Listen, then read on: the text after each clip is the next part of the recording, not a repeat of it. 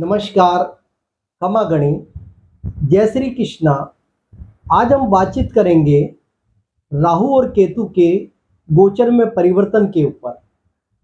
सबसे पहले हमारी राशि आती है मेष राशि कि मेष राशि के ऊपर राहु और केतु के गोचर का क्या प्रभाव पड़ेगा।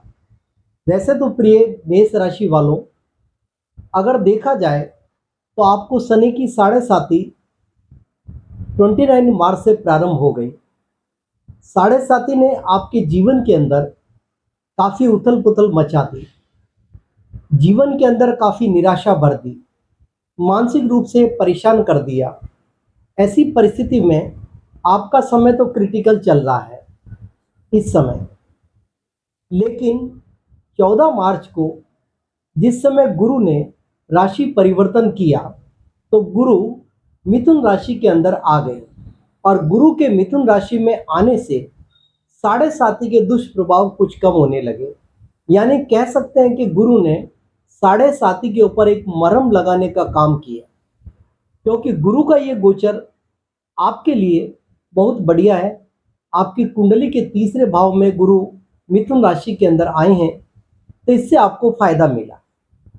अब आप देखिए 18 मई 2025 को राहु और केतु ने भी गोचर कर लिया।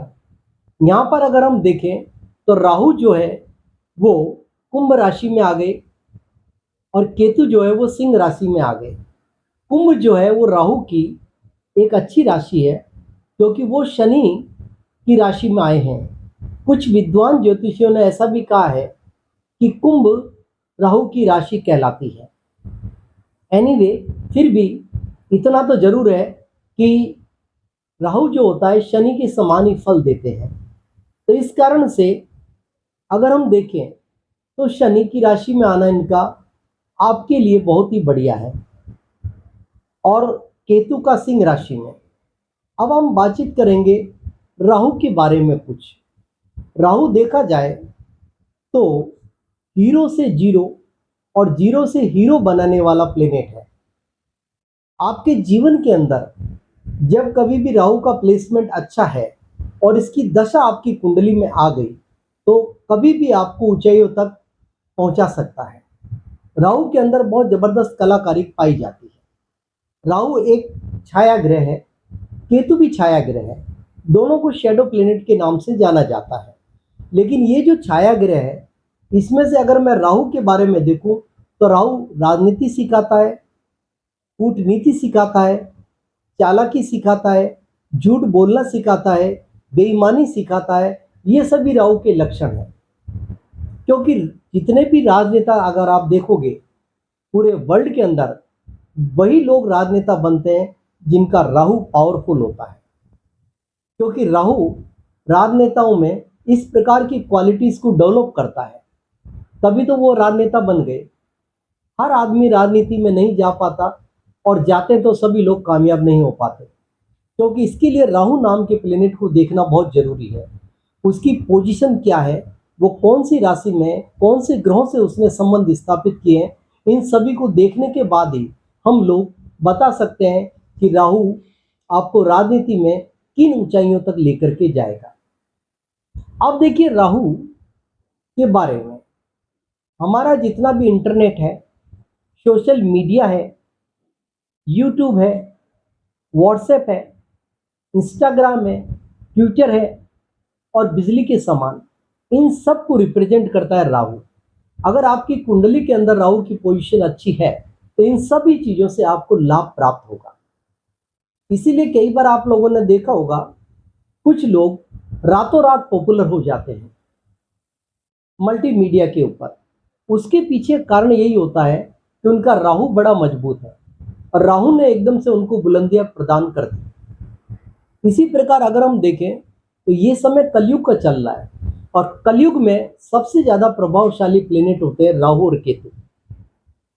क्योंकि कलयुग के अंदर नैतिक आचरणों का हनन हो रहा है, राजनीति चारों तरफ से चल रही है, कुटिलताएं चल रही है, कूटनीति चल रही है। इन सबको देखते हुए एक बात तो साफ नजर आती है कि हमें भी जो है राहु नामक ग्रह के प्रभावों का रूप हमारे को देखने को मिल रहा है। अगर हमारे अंदर भी इस प्रकार के गुण मौजूद होते हैं तो निश्चित रूप से मान के चलिए राहु का प्रभाव हमारे ऊपर भी आ रहा है। अब हम बातचीत करेंगे, देखिए राहु और केतु, अगर आपने देखा होगा और कहानी सुनी होगी कि जब भगवान विष्णु ने राक्षस का वध कर दिया तो उसका जो सिर है वो तो बना राहु और नीचे वाला जो धड़ बना था वो बना था केतु। अब देखिए जब कभी भी राहु आपकी कुंडली में प्रतिकूल होते हैं, अच्छे फल नहीं दे पाते हैं, तो ऐसी परिस्थिति के अंदर हमें राहु के उपाय जरूर करने चाहिए, क्योंकि राहु के उपाय करने से आपके जीवन के अंदर बहुत ज़्यादा आपको लाभ मिलने लग जाएगा। यहाँ पर सबसे इम्पोर्टेंट बात यही आती है कि राहु नामक ग्रह सबसे उत्तम ग्रह है कलयुग का। राहु, केतु और शनि, यहाँ पर अगर मैं देखूं तो राहु तो आपको चालाकी, छल फरेब सब कुछ देगा, लेकिन केतु आपके जीवन के अंदर आध्यात्मिक उन्नति प्रदान करेगा, क्योंकि ज्योतिष के अंदर सबसे ज्यादा स्पिरिचुअल प्लेनेट जो है वो है केतु, और केतु ही हमारे जीवन में आध्यात्मिक उन्नति को प्रदान करते हैं और इतने पावरफुल प्लेनेट हैं कि जिनकी हम कल्पना भी नहीं कर सकते हैं। 18 मई को राहु आपकी जन्म कुंडली के 11वें भाव में प्रवेश करेंगे। 11वां भाव जो होता है वो प्रॉफिट और गेन का हाउस है। यहाँ पर राहु का प्रवेश करना बहुत ही उत्तम माना जाता है। ज्योतिष का एक प्रतिपादित नियम है कि 11वें भाव के अंदर कोई भी ग्रह बुरे फल नहीं देता है। तो राहु जब यहाँ पर प्रवेश करेंगे तो आपके जीवन के अंदर आपकी इच्छाओं को बढ़ा देंगे, आपके अपने बड़े भाई बहनों से संबंध अच्छे कर देंगे, आपको प्रॉफिट और गेन होगा। अगर आप व्यापार कर रहे हैं तो आप अपने व्यापार के अंदर कुछ नई योजनाएं बनाएंगे और व्यापार में कुछ नया इनोवेटिव आइडियाज लेकर के आएंगे, और ये सब जो आइडियाज हैं वो आपके अपने जीवन के अंदर बहुत ज़्यादा आपको सफलता प्रदान करेंगे। इसके अलावा अगर नौकरी में हैं आप, तो नौकरी के अंदर भी आपको अच्छे गेन होते हुए दिखाई देते हैं। आपकी पदोन्नति हो सकती है, आपको बहुत ज़्यादा फायदा मिल सकता है, आपके अच्छे प्रमोशन के तो योग हैं। साथ ही साथ अगर आप प्राइवेट जॉब में, तो आपको अच्छे हाइक भी मिल सकते हैं, मतलब फाइनेंशियली गेन भी आपको बहुत अच्छा होने के योग बनते हैं। यदि आप लंबे समय से विदेश यात्रा के बारे में सोच रहे हैं तो यहाँ पर राहु आपको विदेश यात्रा का योग भी करवाते हैं, तो आप विदेश यात्रा करके अपने जीवन के अंदर काफी कुछ गेन कर सकते हैं। इसके अलावा अगर मैं देखूं तो आपकी कुंडली के अंदर राहु आपको बहुत कुछ देना चाहते हैं, और आप अगर सिस्टम से चलते हैं और अपने जीवन को एक डिसिप्लिन्ड लाइफ की तरह चलाएंगे तो डेफिनेटली आप राहु से बहुत कुछ प्राप्त कर सकते हैं, क्योंकि राहु के अंदर सबसे बड़ी बात है कुटिलता भी देगा आपको, डिप्लोमेसी भी देगा, राजनीति भी देगा, लेकिन सब कुछ देने के बाद में भी यदि आपने अपना विवेक नहीं खोया, आप संयम, विवेक और अनुशासन से अपने जीवन के अंदर आगे बढ़ते गए तो डेफिनेटली आप बहुत अच्छा गेन करेंगे।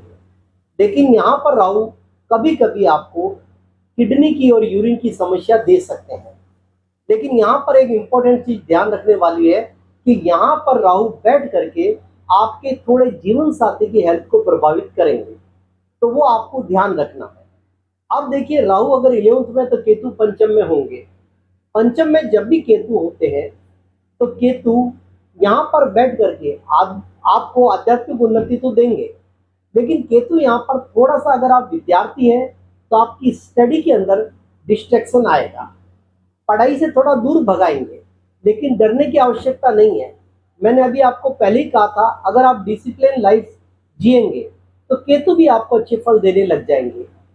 तो स्टडी से थोड़ा डिस्ट्रैक्शन होगा, प्लीज इसका ध्यान रखिए। इसके अलावा यहाँ पर बैठ करके केतु आपको, अगर आप कहीं पर लव अफेयर्स में हैं या रिलेशन में हैं तो उसके थोड़े से संबंध खराब होने की संभावनाएं भी बनती है। तो इन सब चीजों का आप ध्यान रखते हुए आगे बढ़ेंगे तो आपको फायदा मिलेगा। अब आते हैं राहु और की रेमेडीज के लिए। आप क्या करिए कि काले कुत्ते को फीडिंग करिए, जिससे राहु ग्रह अच्छा हो जाता है। इसके अलावा आप भैरव उपासना करिए, भैरव उपासना से भी राहु ग्रह अच्छे होते हैं।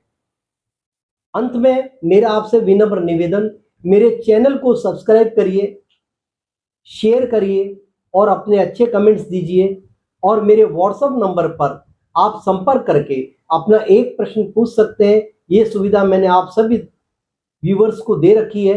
आप बिल्कुल अपनी डिटेल डालिए उसमें, date of birth, birth of time and birth place, and then ask me one question only. Thank you very much.